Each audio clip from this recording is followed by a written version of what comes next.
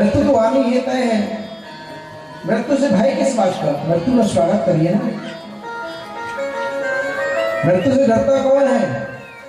जिसे जीवन पर्यंत पाप किया हो, मृत्यु से वो डरता है। जिसने भगवान का ध्यान किया हो, आप जैसे लोग भगवान की कथा सुने हो, आप बताओ अगर यहाँ बैठे हो और हाँ अगर मृत्यु आपकी आती है तो आप मुझे बताओ, नरक जाओगे बैकुंठ जाओगे? मुझे आप ही बताइए, आप कहाँ जाओगे? सीधे गौरव जाओगे, सीधे गौरववास जाओगे, बैकुंठ जाओगे, गौरव जहां मेरे कृष्ण बैठते हैं, राधा रानी बैठती है, सीधे वहां जाओगे आप, कहीं नहीं जा सकते। बाजार यमराज की आपको छूट उठा के ले जाएगा। जो नित्य भगवान की कथा में डूबा है, मुख से सदा राधे नाम की गुंज करती रहे, उसकी तो मृत्यु कभी भी बिगड़ ही नहीं सकती है।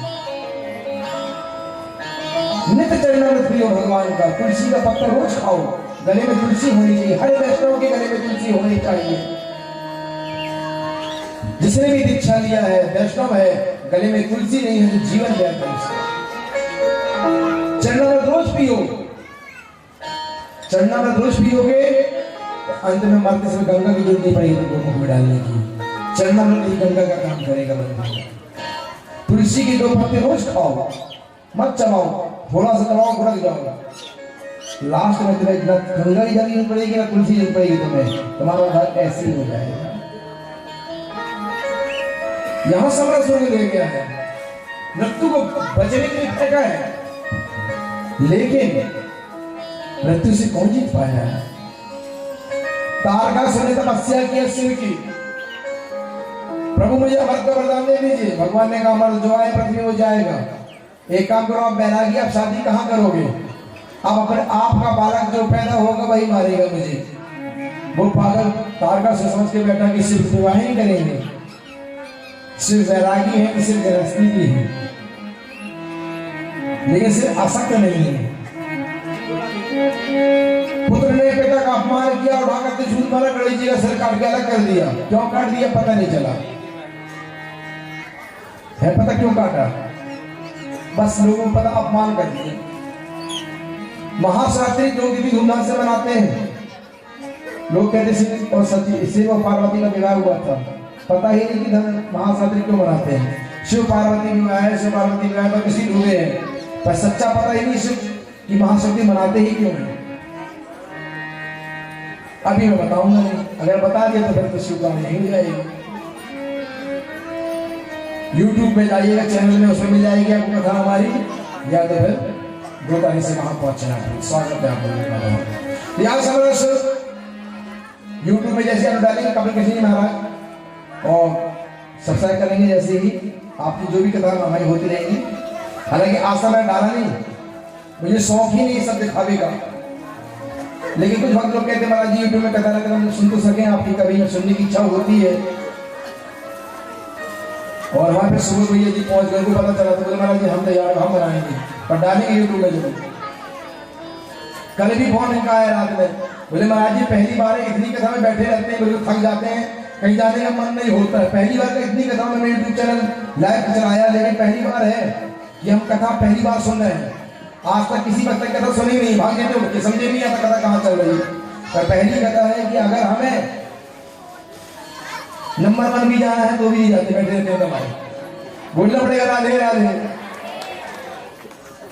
चलिए ठाकुर की कृपा है, इसी पे तो जीवन तो बदले। और हमसे शिकायत इनको नहीं है, हमसे शिकायत संगीत वालों को भी है। बोले महाराज पूरा निचोड़ लेते हैं हम, रस रस हमारा 5-5 घंटा बैठाते, कोई वक्ता नहीं बैठाते 5 घंटे, 3 घंटे हो बस, लेकिन आप पूरा निचोड़ डालते हैं। साउंड वाले भी ऐसी परेशान है, देखो मिट्टी ला रहे हैं, आज हम भी परेशान हैं।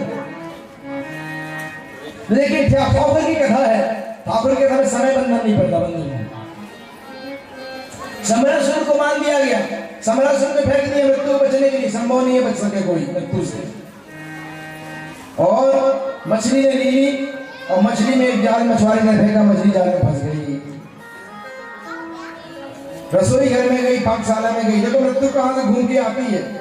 ये मृत्यु है बंधुओं, मृत्यु अपना रास्ता स्वयं बनाती है, उसे बनाना नहीं पड़ता कुछ। मृत्यु पहुंच गई, और जब मृत्यु पहुंची मछली के पेट में बालक पहुंच गया। मछुआरे ने पकड़ा, जाकर वो मछली समरासुर को भेंट किया। महाराज बड़ी विशाल मछली आज पकड़ में आई है, लगा इतनी बड़ी विशाल मछली थी, सुंदर मछली है, आपको क्यों ना भेंट कर दो। भेंट कर दिया। समरासुर ने मछली को दे दिया पाकशाला में। पाकशाला का मतलब रसोई में, किचन में। कहाँ? वो तो किचन नहीं होगी जहां मछली मांस, जहां मांस बनता है वो रसोई हो ही नहीं सकती है, वो तो किचन ही है। जहां मांस बनता हो वो रसोई नहीं हो सकती है, वो क्या थी? किचन। जहां रस की वर्षा हो, वहां ठाकुर का भोग बनता हो, मेरे गोविंद का भोग बनता हो, वह है रसोई। बाकी जहां मांस बनता हो वो किचन है। पाकशाला में भेज दिया, और पाकशाला में रसोई ने काटा तो सुंदर बालक निकला। और पाकशाला की कौन है? वो रति ही समरासुर के यहाँ काम कर रही है। क्यों कर रही है? क्योंकि शिव का वरदान है कि जब कृष्ण आएंगे तो काम दो आपको वहीं प्राप्त होगा। किताब शिवती सर नयन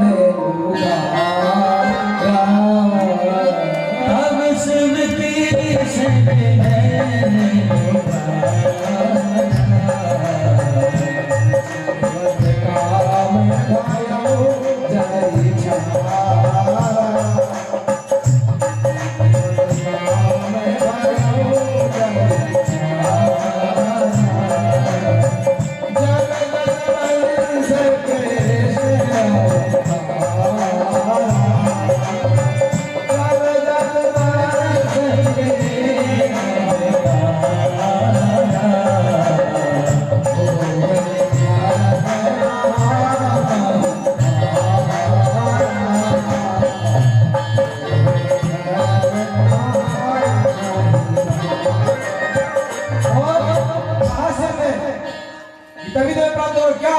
कैसे प्राप्त होगा? कि कृष्ण तने हुई है पति तो, कृष्ण तने हुई है पति तो, असल आदि में था होई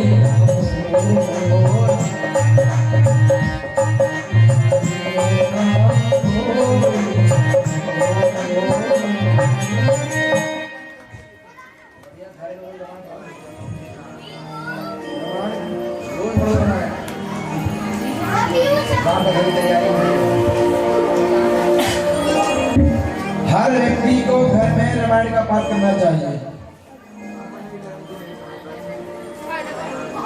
फिर चौपाइयां गांव के अद्भुत चौपाई तक खो जाओ, उसी में एक एक चौपाई एक एक मंत्र है। जिस घर में रामायण में गीता योग सिखाती है। गीता योग सिखाती है, योग कैसे करना है, मन को कैसे जीतना है, ये गीता सिखा रही है। रामायण पर योग सिखा रही है, गीता योग सिखाती है, रामायण पर योग सिखाता है, और भागवत योग सिखाता है। एक पल में कैसे छोड़ दो। चक्रवर्ती सम्राट राजा परीक्षित, जहां से सूर्य उदय होता है, जहां अस्त होता है, उतने बड़े राजा होने के बाद जैसे ही पता चला मैंने ब्राह्मण का अपमान कर दिया, छोटा सा अपराध कि मैंने मरा हुआ सर्प उस पर डाल दिया। लेकिन बता दूं मैं, मोहन पंडित जी, मिश्रा जी, बात समझ में नहीं आती लोगों को। भागवत सुन लिए, वो सर्प कहां से आ गया, मरा हुआ सर्प। अब बात उठ गई तो सुन लीजिए, वो सर्प कहां से आया मरा हुआ? समीक मुनि के आश्रम में वो अब सर्प कहां से आ गया? कल्पना करिए, सोचिए जरा, चांदी में से ऐसे मोती तो समुद्र में गोता लगाने से मिलता है सचिन जी, संभव नहीं है। जब तक आप समुद्र में समाओगे नहीं तो बड़ी बड़ी सुंदर रत्न कैसे प्राप्त करोगे? भागवत तो सागर है, अथाह सागर। दुनिया का कोई वक्ता नहीं कह सकता भागवत को पूरी 7 दिन क्या 7 महीने में पूरी भागवत नहीं हो सकती है। ये अथाह सागर है। हम लोग कुछ शब्दों को संक्षिप्त लेते हैं, कुछ विस्तार लेते हैं, इस तरीके से निकालते हैं। मूल पाठ वाले मूल करते हैं, जो कमी होती जाप वाले जाप पूरा करते हैं। इस तरीके से हम लोग भागवत करते हैं। 7 महीने में भागवत पूरी नहीं हो सकती, इतने अथाह समुद्र है। कहीं कहीं भागवत निरंतर होती है, वार्षिक भागवत भी कई जगह होती है हम लोगों की फिर से, तो उस जगह पर कथा लोग बदलते रहते हैं। कभी आज इसमें कथा यहाँ की तो दूसरी कथा वहाँ दूसरी में कथा बदलेगी। एक सी कथा कभी कहीं हो ही नहीं सकती है, हर कथा बदलती मिलेगी। नवीन भगवान की कथा जितनी बार सुनो उतना बार नया समझ में आता है। ये भगवान की कथा की विशेषता है। सत्यनारायण भगवान की कथा सुन लो, अच्छा हर महीने सुनते हो और ब्राह्मण में थोड़ा तक कुछ नया मिलेगा आपको। ये कथा की विशेषता नवीन है। अब मैं बता रहा हूं कि तक्षक सर्प कहां से आया, वो सर्प मरा हुआ कहां मिला। कहते हैं वो सर्प कोई और नहीं था, वो तक्षक ही था। जिस समय अर्जुन ने, मैं भागवत का रहस्य बता रहा हूं, रहस्य ये भागवत में नहीं है बंधु। आज आप 7 दिन में जो सुन रहे हैं ना, बहुत सी बातें मैंने रहस्य बताया है, भागवत में है ही नहीं। उम्र भागवत से बाहर का बताया, क्योंकि इस दास में इनकी ऐसी कृपा है कि मैं 18 पुराण का वक्ता हूं, हर पुराण का अध्ययन करता हूं, हर पुराण का ज्ञाता हूं, 18 पुराण पढ़ा हूं, इनकी कृपा है। महर्षि से मैंने वेद किया, वेद पढ़ा, वेद पढ़ा, दोनों वेद पढ़ा हूं, इनकी कृपा है। जब मैं महर्षि से पढ़ करके आया तो एक जगह भागवत में हो रही थी, मुझे बुलाया, महाराज जी आप पूजा पाठ में रहिएगा। तो भागवत का प्रथम स्कंद का 3रे अध्याय का श्लोक बहुत सुंदर था। उसमें लिखा हुआ था, यस्य मुहूर्तमे लोके यस्य बुद्धे परम गतः ता भुवो सुख में देते कृष्ण तो जना। ये श्लोक मुझे मूल पाठ में लगाया गया। जब मैंने पढ़ा श्लोक को, यस्य मुहूर्तमे लोके यस्य बुद्धे परम गतः ता भुवो सुख में देते कृष्ण तो जना। इस श्लोक का मैंने जब अर्थ पढ़ा, या तो मूर्ख या तो विद्वान ही कुछ कर पाएगा, बीच का सदा मन में संकल्प हो गया, बीच का ब्राह्मण नहीं बनना। बराबर तो विद्वान बनो या तो मूर्ख ही बन जाओ, भले रहो पगला, काम करे अगला, खाओ पियो के साथ। ठाकुर के को फिर इस शरीर ये भी नहीं कह सकता कि जाता है इस दुनिया में खुद से परमात्मा हो सकते हैं। हम तो दास हैं, इनकी वाणी जो परमात्मा जो बुलवा रहा बोलते जा रहे हैं, बस टूटा फूटा जो है बोलते जा रहे हैं, सच नहीं है। अब समझिए खांडव वन को जो अर्जुन ने आग लगा दिया तो वहां तक्षक का परिवार मर गया और माया के द्वारा माया रची गई थी। जब उसका परिवार मर गया खांडव वन में, जब जल गया, जब तक्षक का परिवार मर गया तो तक्षक क्रोध में आ गया। उसने संकल्प कर लिया कि जिसने मेरे परिवार को मारा है उसे मैं छोड़ूंगा नहीं। पर भगवान के साथ में इसलिए कुछ कर नहीं पाया। तब कर्ण के पास गया महाभारत के युद्ध में कि कर्ण मुझे मेरी बाण उठाओ, और मैं तपस्या किया। उसने शिव का वरदान पाया है कि तुम्हारे हल्की फुंकार में कोई बच नहीं पाएगा। शिव ने वरदान दे दिया है। अब यहाँ पे गया कर्ण के पास, कर्ण ने मना कर दिया। कर्ण क्योंकि सूर्य का पुत्र है ना, मना कर दिया है। दुर्योधन अधर्मी है, दुर्योधन के कहने पर कर्ण ने उसे आवाहन किया है, और भगवान जाको राखे साइया मार सके ना कोई। अर्जुन को मारने के लिए जब कर्ण ने बाण में अनुसंधान किया दुर्योधन के कहने पर, तो भगवान ने रथ को दबा दिया पैर से, ब्रह्मांड का बोझ रख के रथ को दबा दिया और अर्जुन बच गया। आज भी अर्जुन नहीं मर पाया। तक्षक के हाथ वहां परास्त हो गया तक्षक। अब तक्षक परास्त हो गया तब क्या करे, यहाँ महाभारत हो चुका था और सुभद्रा का जो पुत्र है कौन है, अभिमन्यु। उसकी पत्नी कौन है, उत्तरा। आज पता चला है कि महाभारत खत्म हो चुका और पांडव भी चले गए। अब मैंने संकल्प किया बदला कैसे पूरा करूं। आज पता चला है पांडव का वंश, अर्जुन का पुत्र है अभिमन्यु का पुत्र है कौन, राजा परीक्षित। लेकिन भीम के पुत्र को कुछ नहीं कर पाता। अर्जुन के ही खून चाहिए था, अर्जुन का खून चाहिए था, अर्जुन ने जलाया था, तो अर्जुन ने ही आग लगाया था अग्नि बाण से। तो अर्जुन का पुत्र कौन था, अभिमन्यु का पुत्र कौन था, राजा परीक्षित। तो आज परीक्षित जब जरासंध का मुकुट जरासंध का पहन के गए, अधर्म का मुकुट, अधर्म के सोने में कलयुग का वास दे दिया है। अधर्म की धन में कभी शांति प्राप्त नहीं होती है। आज राजा परीक्षित गए हैं तो सर्प वही तक्षक आज मरा हुआ सर्प बन के पड़ गया। वहां पर मरा हुआ सर्प बन के पड़ गया बंदा, सभी मुनि के आश्रम में सर्प कहां से पड़ता, मरा हुआ कौन मारता। लेकिन वही सर्प मरा हुआ बहाना पड़ गया और सर्प को डाल दिया गले पे, भूख से व्याकुल होकर, प्यास से व्याकुल होकर के डाल दिया।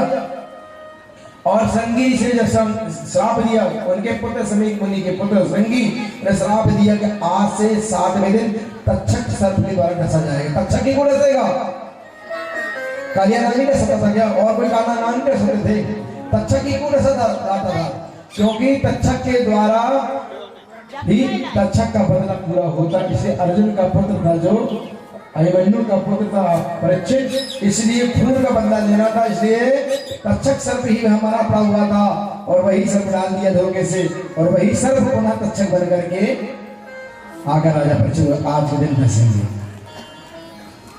ये भागवत का रहस्य, सर्प कहीं और से नहीं आया था, वो तक्षक ही डसेगा। आज भगवान ने रति को बोल दिया है तुम्हारे पुत्र बन के आएंगे, मेरा बच्चा आगता नहीं हो सकता है, और यहाँ प्रद्युम्न आए हैं और प्रद्युम्न को देख करके बड़ी बढ़िया लालन पालन की है, और उसने मोहिनात्मक विद्या के द्वारा पुत्र को बड़ा किया है, नाना प्रकार की सिद्धियां दी हैं, और सम्राट को आज उसने ललकारा है। सम्राट को जब ललकारा है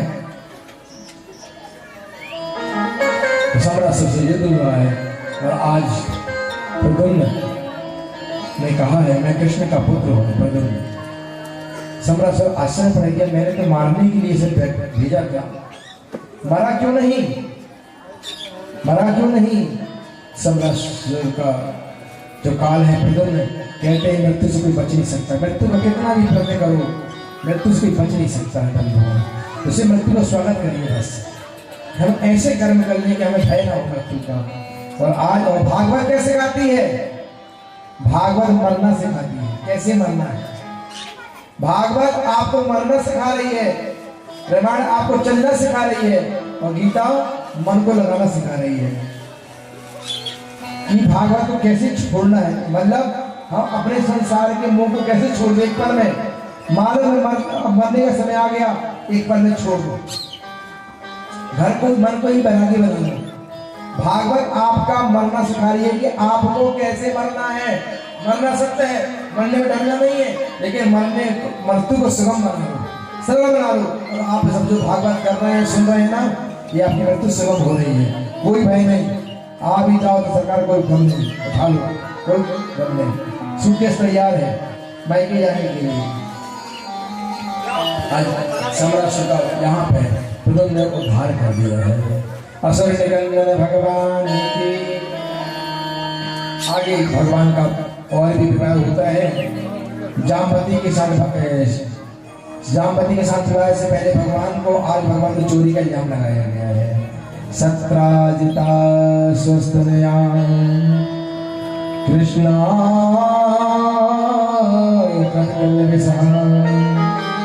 श्यामंत के मणिना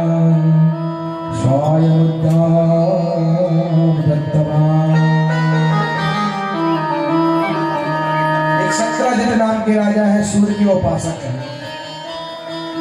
सूर्य के उपासक है सत्राजित राजा।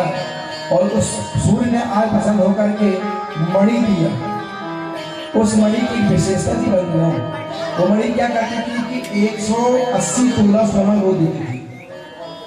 180 तोला सोना रोज मणि देती थी सत्राजित राजा को। तो सत्राजित राजा धर्मान मान गया और मणि को सदा अपने पर लटकाया रहता था। कीमती चीज है ना, कीमती चीज व्यक्ति अपने पास ही लटकाता है। जैसे बूढ़ी मैया के गले में चाबी लटकी रहती है तिजोरी की, कमर में या गले में लटकी रहेंगे, कमर में खोसी रहेंगी तिजोरी की चाबी, माल बहू ले नहीं पाए। मरने की कगार में है, मुंडी हिल रही है, पर 9 लाख का हार चाहिए है मुंडे से। 9 लाख का हार दो, कान के बाला ला के दो, भलाई कान फट जाए तब तो बोलने में कमी न हो, भारी भारी चाहिए।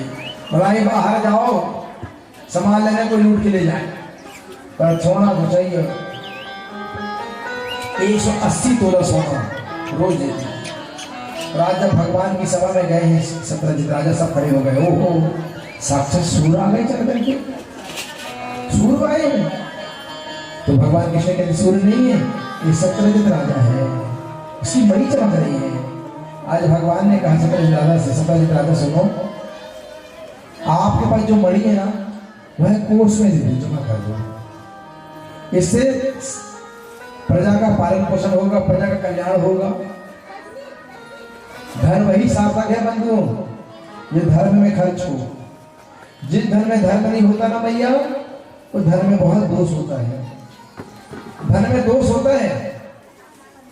धन का दोष कैसे दूर करोगे? जैसे शक्कर होती है ना, शक्कर को जब मैया लोग रसगुल्ला बनाती हैं तो कैसे उबालती है शक्कर को? शक्कर को उबालती है तो शक्कर से क्या निकलता है? सबसे पहले बताओ, चल गंदा गंदा वो निकलता है उसका, कहीं बात सही है। हमने बनते देखा नहीं है, खाया जरूर है, बनते देखा नहीं है। तो रसगुल्ले के वो बनाते हैं, वो बनाते हैं क्या, सीरा, सीरा बनाती है तो सीरे में वो फैन निकलता है, फिर साफ होता है, फिर रसगुल्ला की जाती है। तो धन, अब धन जो आया है, वही धन आया, कल्पना करिएगा आप लोग, ये धन है ना। अब ये धन कहाँ से चल के आया होगा बताइए आप? इस धन को कहाँ से आया होगा? पैसा के पास में हो सकता है, शराबी के पास में हो सकता है, जुआरी के पास में हो सकता है, या जिसने मांस को काटा हो, व्यापारी मांस बेचने वाला, उसके पास से भी आ सकता है। रोड तो चल के आया घूम करके। अब बताओ इसमें दोष आया कि नहीं आया? ऊर्जा लगी ना। अब इस धन को जेब में रखोगे तो बुद्धि भ्रष्ट कर देगा, आपकी बुद्धि भ्रष्ट करेगा, आपके बच्चों की बुद्धि भ्रष्ट कर देगा। कितना भी जोड़ लो बुद्धि, आप जो ज्यादा धन जोड़ता है ना, उसी का अगला पगला लड़के पैदा होते हैं। जितने पैदा अगला पगला बहरा लंगड़ा लूला सब पैसे वाले के पैदा होते हैं, गरीब क्या नहीं होते। पैसे वाले के लड़का पढ़ते नहीं, माँ बाप पढ़ के परेशान है, पढ़ता क्यों नहीं है? पढ़ पढ़ पढ़, लेकिन पढ़ने तैयार नहीं। गरीब का बच्चा रिक्शा चलाने वाला बच्चा IPS IAS बन रहा है, आखिर क्यों? तो पैसे वाले का कौन बच्चा पढ़ता है? पैसे वाले का वही बच्चा पढ़ पाएगा जो व्यक्ति धन का खर्च करेगा। ऐसे अब बताओ धन का दोष, शक्कर, गंदी शक्कर को निकाले। जब आपने 100 रुपए कमाया, 100 में 10 रुपए आपने दान कर दिए, 90 रुपए आप खर्च करिए, 10 रुपए धर्म में खर्च करिए, वो धन आपका शुद्ध हो जाएगा, वो धन शुद्ध हो जाएगा। धन धर्म में खर्च हो गया, अब बाकी काम परमात्मा का है। अब हमने विचार किया, परमात्मा को धन दे दिया, अब धन हमें कैसे मिलेगा भाई? कैसे मिलेगा वापस? कैसे मिलेगा? अब परमात्मा को देते तो देख लिया, परमात्मा हमने दे रहे हैं, देख लिया। परमात्मा का जब दे रहा है तो वो नहीं देख पा रहे हैं। एक बालक माँ के साथ गया बाजार में, और जब माँ के साथ बाजार में वो बालक गया तो दुकानदार ने उस बच्चे की रूप को देखकर मोहित हो गया। बच्चे का मन टॉफी में लगा हुआ था, टॉफी मिल जाए बच्चे को। माँ के साथ गया था तो दुकानदार ने कहा कि मैं एक काम करो बेटा, और टॉफी ले लो, ले लो। बालक नहीं गया, खड़ा रहा। दुकानदार ने फिर बोला, अरे टॉफी ले लो, आओ आओ ना, टॉफी लेते क्यों नहीं, आओ। दुकानदार ने डिब्बा खोल दिया, ऐसा लिया, खोल दिया, लो डिब्बा लो, डिब्बा खोल दिया उसके सामने, खोलो डिब्बा खोल कर दिया, लो। पर डिब्बे में हाथ नहीं डाला बालक ने, लिया ही नहीं। क्यों नहीं लिया? पता नहीं क्यों नहीं लिया। माँ ने कहा ले लो ना, बच्चा खड़ा है। अरे जब दुकानदार कह रहे थे ले लो अपने हाथ से, जितना लगे 2 4 6 8 जितना हाथ लगे ले लो, ले लो। बालक नहीं लिया, खड़ा है। अब दुकानदार से रहा नहीं गया, दुकानदार ने बोला इधर आओ, गया। दुकानदार ने मुट्ठी भरा और बालक को दे दिया, लो मुट्ठी भर गई। अब बालक से पूछता क्यों, अब क्यों ले लिया? जब मैंने अभी कहा कि अपने हाथ से ले लो, तो क्यों नहीं लिया? बालक ने क्या जवाब दिया? अंकल भैया आपने कहा टॉफी ले लो, अगर मैं अपने हाथ से टॉफी लेता तो मेरे हाथ में 4 5 आती, और जब आपने दिया मेरे दोनों हाथ भर गए,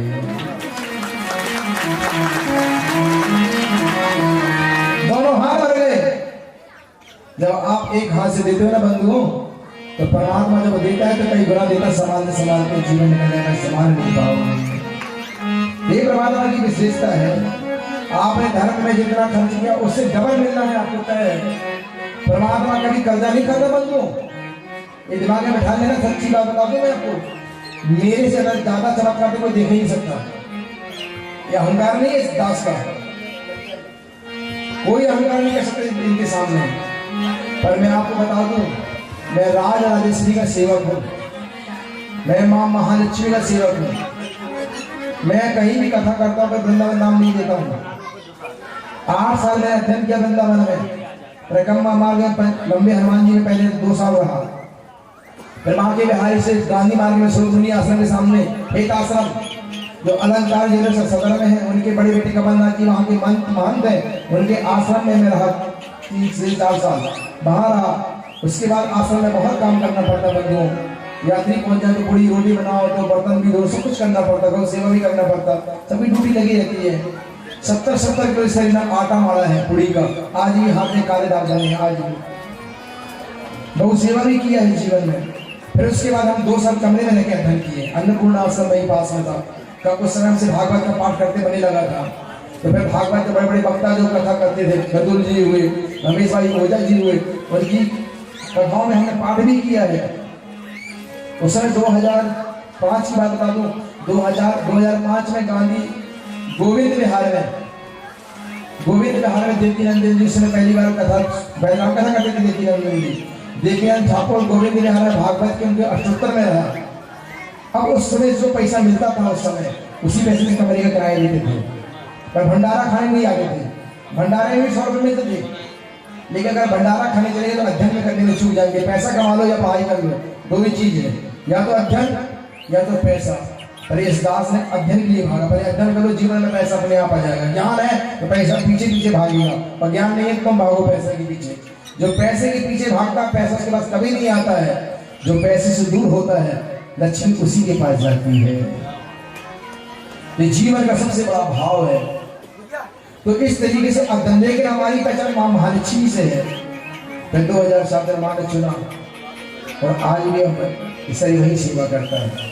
इसलिए जिसकी पहचान जहां से हो वहां से नाम सजाना चाहिए।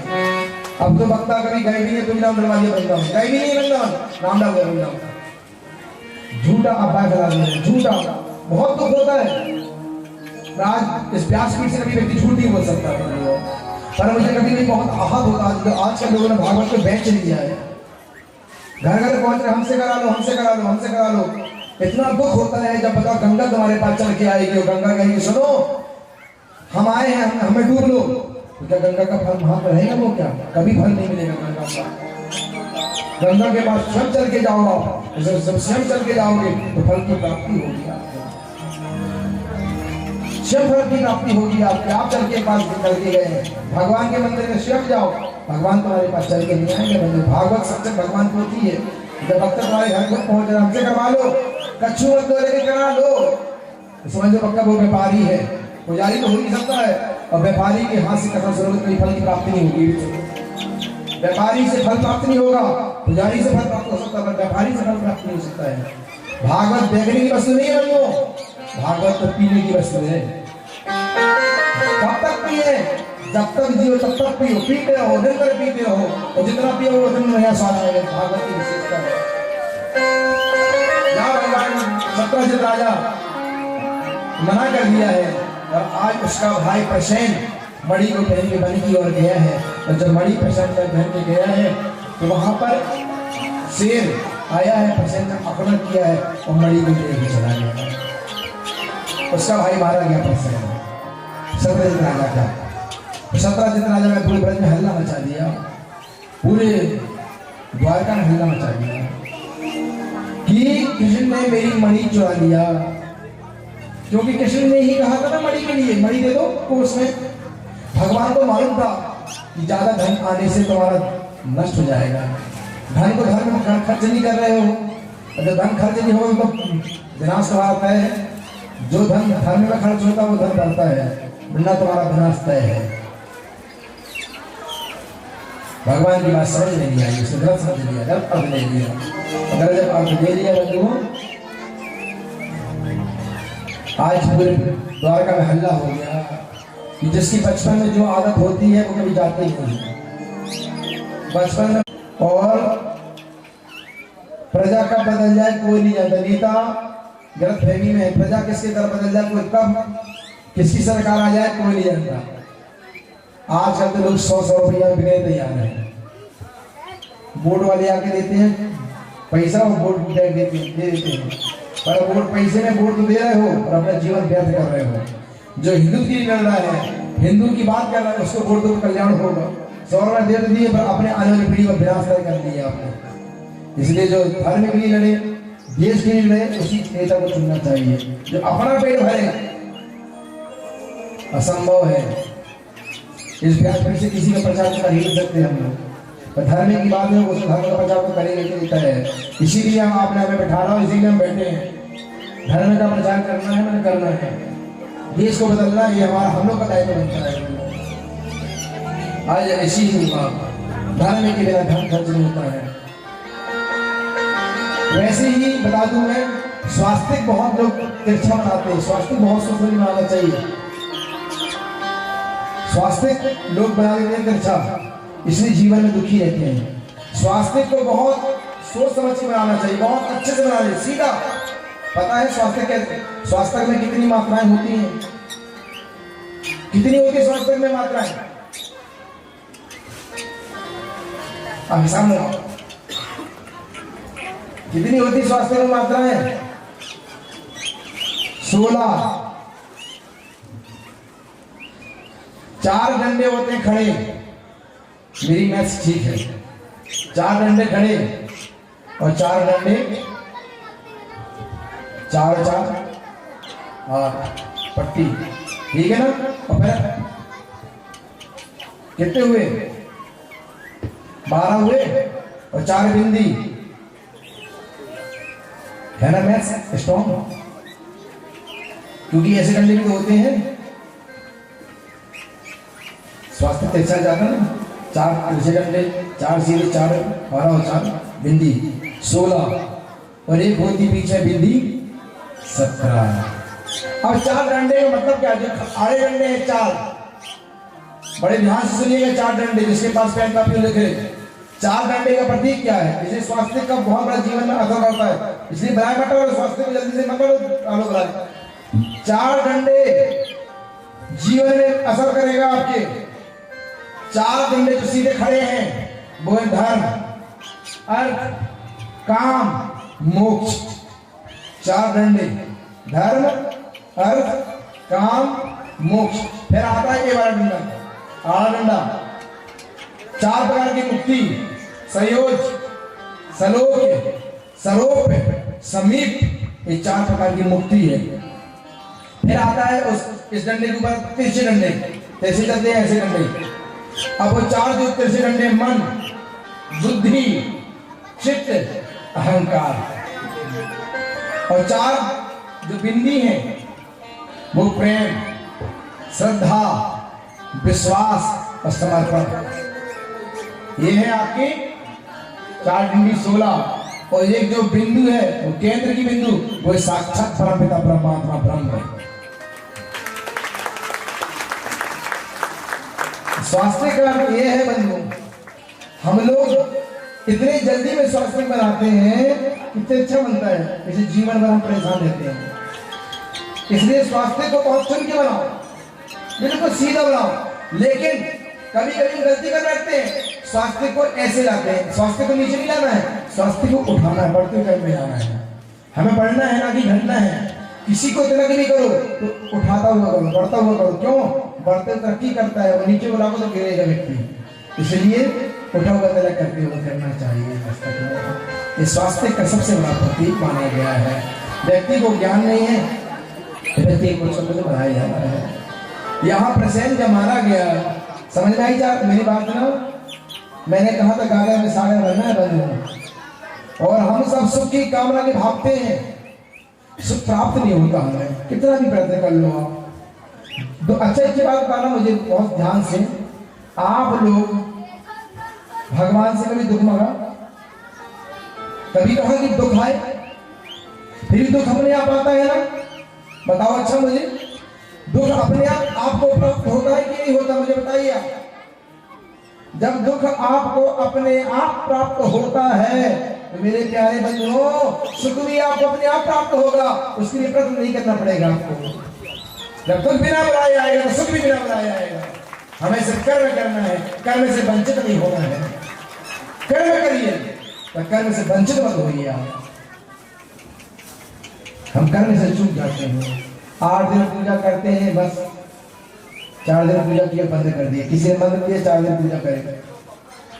एक व्यक्ति को इतना सुंदर स्टोन मिला, पत्थर मिला, इतना प्यारा पत्थर, सोचा राजा को भेंट कर दी। राजा ने इतना सुंदर पत्थर जब राजा को भेंट किया तो राजा ने विचार किया क्यों ना इस पत्थर में अपनी मूर्ति बनवा ली, अपनी मूर्ति बनवा ली उस पत्थर में।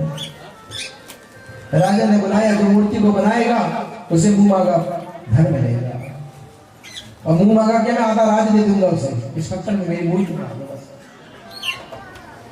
व्यक्ति मूर्ति बनाने के लिए आए, बड़े से बड़े कारीगर पर पत्थर ठोक देने पर मूर्ति नहीं बन पाई। पत्थर ही नहीं टूट रहा था, परेशान हो मारे हमारे।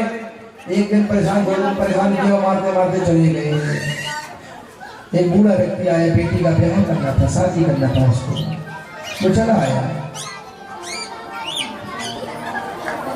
बूढ़े व्यक्ति ने कहा मैं बनाऊंगा मूर्ति राजा की।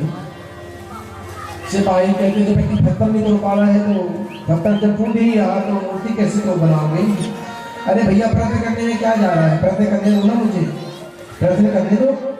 वो व्यक्ति गया और मूर्ति को लेकर के पत्थर जैसे मारा, एक हथौड़ी मारा, पत्थर टूट गया और उसे मूर्ति बना दिया। आगे बढ़ो, मूर्ति पत्थर कैसे टूटा। जितने भी उससे पहले आए थे कारीगर, पत्थर मूर्ति मारते मारते मारते चले गए, तो जो आखिरी हथौड़ी पड़नी थी चोट की, वो हिम्मत हार गए और चले गए। और कहीं वो आखिरी हथौड़ी मार दिए होते तो पत्थर टूट जाता, धन हो जाती। हिम्मत हारने से वो चले गए और उस बूढ़े व्यक्ति ने हिम्मत नहीं हारा, और जैसे आगे हथौड़ी आखिरी चोट जो मारनी थी वो किसान के हाथ से चोट खानी थी, उसका आखिरी चोट मारी, पत्थर टूट गई। उसी प्रकार जीवन में हम प्रयत्न करते रहते हैं, प्रयत्न करते रहते हैं, और जब मन सिद्ध होने वाला होता है उससे हम मन छोड़ देते हैं और हमारा जीवन निरर्थक बन जाता है। करते रहो प्रयत्न। जिस प्रकार रस्सी जब सिर पर चलती रहती है कुएं की पार्टी में, करते करते करते करते उस पार्टी में सिर रस्सी के निशान बन जाते हैं, तो मंत्र का जाप करते करते, भगवान की आराधना करते करते कि हमारा जीवन नहीं बदलेगा। सुबह के बाद रात आती है, तो रात के बाद सुबह आएगी, दुख के बाद सुख आएगा, ये भी तय है, आएगा जरूर। कर्म से वंचित मत हो। हम कर्म से चूक जाते हैं, इससे दुख आता है जीवन में। ये तो वही कथा हो गई, कभी राम को बदले, कभी कृष्ण को बदले, कभी दुर्गा को पकड़े, कभी हनुमान जी को पकड़े, कभी भागवत जी को पकड़े, तो कभी कृष्ण को पकड़े। एक एक मूर्ति करते गए। एक व्यक्ति गया हनुमान जी की मूर्ति पूजा किया, 4 दिन का कुछ नहीं मिला, रख दिया मूर्ति के ऊपर, फिर दिया और उसमें धर दिया। अंत में दुर्गा जी की पूजा किया, मूर्ति रखते गया और दुर्गा जी आगे बैठा पूजा कर, जय अम्बे गौरी मैया जय श्यामा गौरी, लगाया अगरबत्ती नीचे, अगरबत्ती का अगरबत्ती का धुआं जा रहा है ऊपर हनुमान जी पास। अच्छा गदरिए खड़े रहते हो, काम तो करते नहीं हो, और अगरबत्ती लगा खुशबू ले रहे हो, निकाला फूंस दिया नाक हनुमान जी के नाक में। खुशबू नहीं ले सकते, जब काम नहीं करोगे खुशबू क्यों दोगे। जैसे ही हनुमान जी की मूर्ति में नाक फूसा, हनुमान जी प्रकट हो गए, प्रकट हो गए। अरे हमें पता होता रुई लगाने से आप प्रकट होते, रुई पहले लगा देते, रुई लगाने प्रकट प्रसन्न नहीं हुआ, तूने मूर्ति में भी मुझे समझ लिया कि मैं खुशबू ले, बस इसी बात से प्रकट हो गया।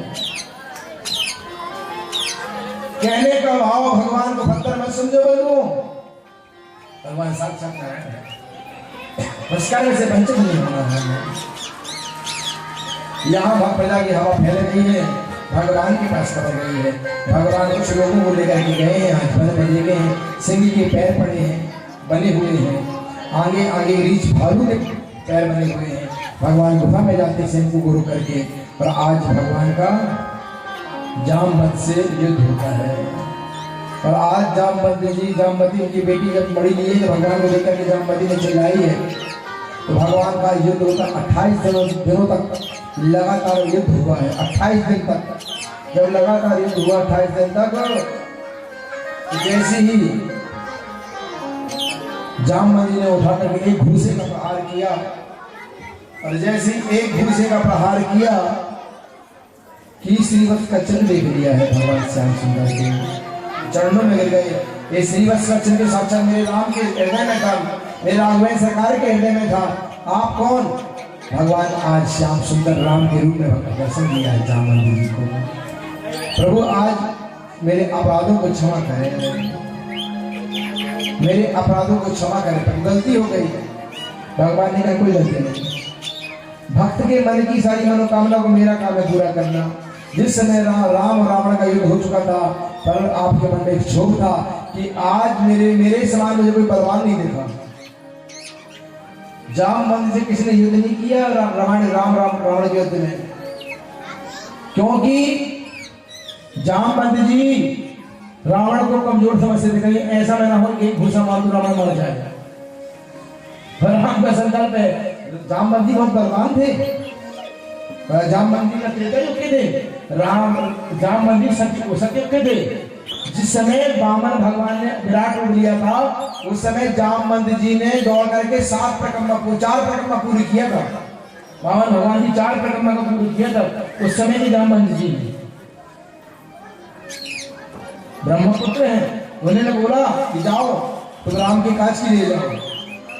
तो षष्ठी ब्रह्मा ने बनाया था जामवंत जी को बनाया था। षष्ठी बनाते समय ये जामवंत जी को कोई बलवान समझ नहीं आया। रामा दल की सेना में सबसे लंबे जो थे जामवंत जी थे, हनुमान जी थे, ये 2 ही तो बालक सबसे लंबे थे। तो आज जामवंत जी को मन में था, जब राम रावण युद्ध हो गया तो जामवंत जी को उदास देखा। राम जी ने बोला क्या बात है, क्यों उदास हो? सारी सेना पर खुश है, आप दुख हो, हम तो युद्ध भी जीत गए। बोले प्रभु मुझे एक बात का दुख है कि मेरे से किसी ने युद्ध नहीं किया, मुझे कोई बलवान दिखाई नहीं, अपने समान बलवान मुझे कोई दिखा नहीं। तो सरकार एक बात बताऊं? बोले हाँ बोलो क्या बात है। भगवान तो अंतर्यामी है, मुझे बलवान जो दिखते सब आप दिखते हैं, मेरे समान बलवान सब आप ही हैं सरकार। भगवान कहते हैं कि मैं युद्ध लड़ नहीं सकता तुमसे, अगर मैं लड़ता हूं तो मर्यादा भंग हो जाएगी, तुम्हारी किसी इच्छा को मैं पूरी करूंगा द्वापर में। आज इसी इच्छा को पूरी करने के भगवान द्वापर में आए हैं, और जामवंत जी के साथ 28 दिनों तक लगातार युद्ध हुआ है। भगवान इच्छा को पूरी किया। भगवान कहते हैं जिस भक्त के मन में कोई भी प्रकार का क्षोभ होता है, किसी भी प्रकार की लालसा होती है और किसी भी प्रकार की कामना होती है, मैं उस भक्त की कामना को जरूर पूरी करता हूँ। तो अभी ना करूं तो बाद में करूं, पर करूंगा जरूर, ये मेरा वचन है। भगवान पूरी जरूर करते हैं, इसलिए भगवान ने अपने वचन को निभाने के लिए भगवान ने पूरी कर दिया। और यहाँ पर भगवान मणि को लेकर के आए हैं। 17 राजा रंजित हुआ है, इन्होंने भगवान में इल्जाम लगाया है। अब राजा सारी जनता 17 राजा को इल्जाम लगाने की ये कैसा पापी है, भगवान में इल्जाम लगा दिया। अंत में 17 राजा ने काम किया। इस पाप से बचने का एक ही उपाय है, क्यों ना अपनी बेटी को ब्याह दो। तो आज जामवंत जी जब मणि दिया है तो मणि के संग बेटी को विदा किया है जामवंत जी को। प्रभु मणि तो दे रहा हूँ, तो मणि के संग मेरी बेटी को भी ले जाओ। आज श्याम सुंदर का विवाह जामवंती के साथ हुआ। पर भालू की बेटी है तो वो भी भालू होगी, कुत्ते का बच्चा कुत्ते को इंसान होता है, क्या होता है। लेकिन अब आजकल तो गेट में लिखा रहता है कुत्ते से सावधान। और लेकिन हालांकि इंसान अंदर रहते इंसान अंदर है, पर लिखा है कुत्ते से सावधान। अब कौन से कुत्ते से रहना है वो भगवान जाने, जोर से बोलना पड़ेगा।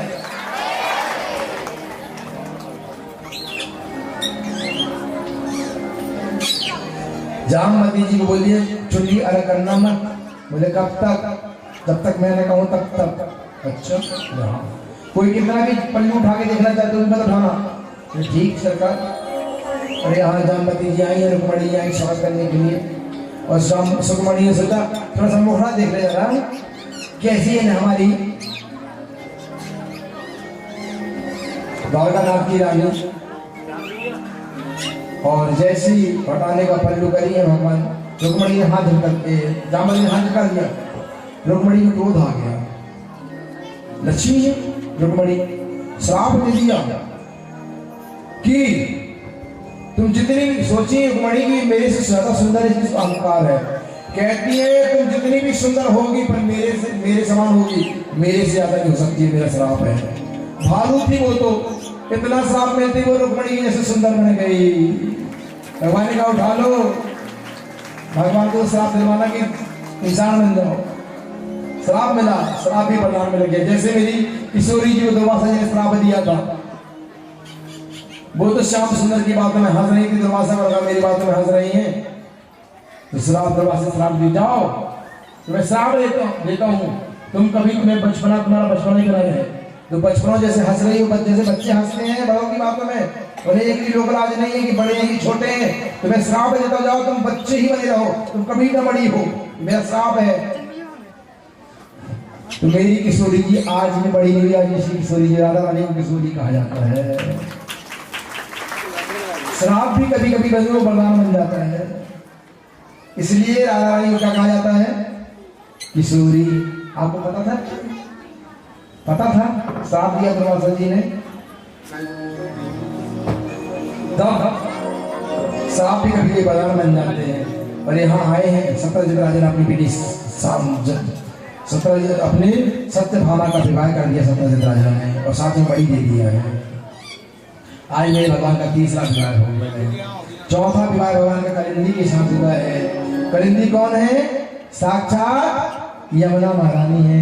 बोली यमुना महारानी की एक बार अर्जुन के साथ भगवान घूम रहे थे, और घूमते घूमते जा रहे थे, देखा कोई स्त्री तब कर रही है। अगर अर्जुन ने पूछा किससे निकल रही हो, यमुना कहती है कि मैं मेरे से दूर रहना, मैं सूर्य की पुत्री हूँ, यम मेरे भाई हैं, मैं कृष्ण को पाने के लिए तप कर रही हूँ, इसलिए मैं कृष्ण की सेवा बोले तप कर रही हूँ, कृष्ण जी बाहर आए। चलो आज मेरा 5वां विवाह मेरे श्याम का यमुना महारानी के साथ। यमुना महारानी की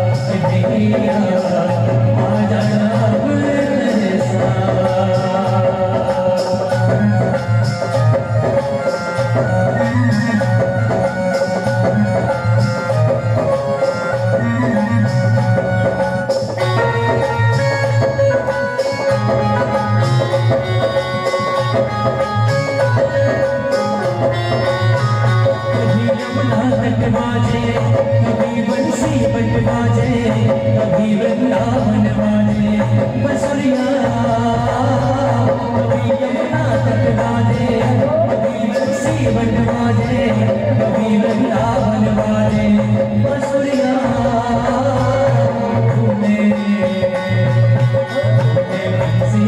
बजाई राधा थोड़ी थोड़ी आई तूने सीखो बजाई राधा थोड़ी थोड़ी आई, इसकी सांसों में तू है बसा कन्हैया, आ जाना मेरे साथ कन्हैया, आ जाना मेरे साथ कन्हैया, आ जाना मेरे साथ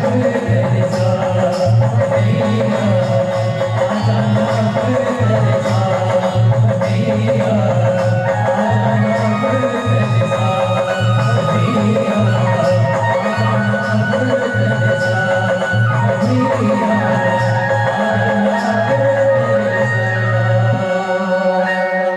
बोली श्री वृंदावन में हरिलाल की जय हो, यमुना महारानी की जय हो। यमुना महारानी पे भगवान श्याम सुंदर ने कृपा किया। यहाँ पर चौथा विवाह हुआ और पांचवा विवाह मित्र बिंदा से भगवान का हुआ, जो बिंद और अरविंद की बहन थी। छठवां विवाह भगवान का सत्या से हुआ, जो अयोध्या के राजा नंदजीत थे, उनके पास 7 बैल थे, बड़े खूंखार। उनका संकल्प था जो 7 बैलों को एक साथ नाथेगा उसी के साथ अपनी बेटी को ब्याह होगा।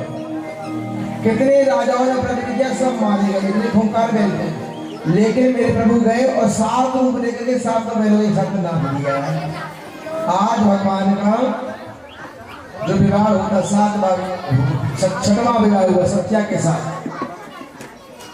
आगे भगवान के और भी विवाह होते हैं। जो सुख कीर्ति उनकी बुआ है, उनकी बेटी है भद्रा, जो केकई देश के है, उसके साथ भगवान का, हालांकि बुआ तो थी, विवाह होना उचित नहीं था, लेकिन साक्षात नारायण है वो, उनके लिए समय का बंधन है, समाज का बंधन है। और सुखी की बुआ की बेटी भद्रा है, इसके साथ भगवान का 6वां विवाह हुआ, 7वां विवाह हुआ। और 8वां विवाह जो हुआ है, मल देश के अधिपति राजा बृहंस है, उनकी जो बेटी है लक्ष्मणा, लक्ष्मणा के साथ भगवान का विवाह हुआ। आज ये 8वां पटरानी है। रुक्मणी, जामवती, सत्यभामा, कालिंदी, मित्रवृंदा, नंदजीत, भद्रा, लक्ष्मणा। भैसी जामती भामा सत्या भद्रा लक्ष्मणः, कालिंदी मित्रवृंदा चैदाष्टो भट्टमास्तु। 8 विवाह हो गया। नारद के द्वारा पता चला कि नरकासुर नाम का जो दैत्य है मणि पर्वत में रहता है, उसने 16,100 कन्याओं को बंदी बना दिया है और एक साथ विवाह करना चाहता है। 20,000 कन्या, 20,000 कन्या होंगी और साथ में विवाह करूंगा 20,000 कन्याओं के साथ। भगवान कृपा करें।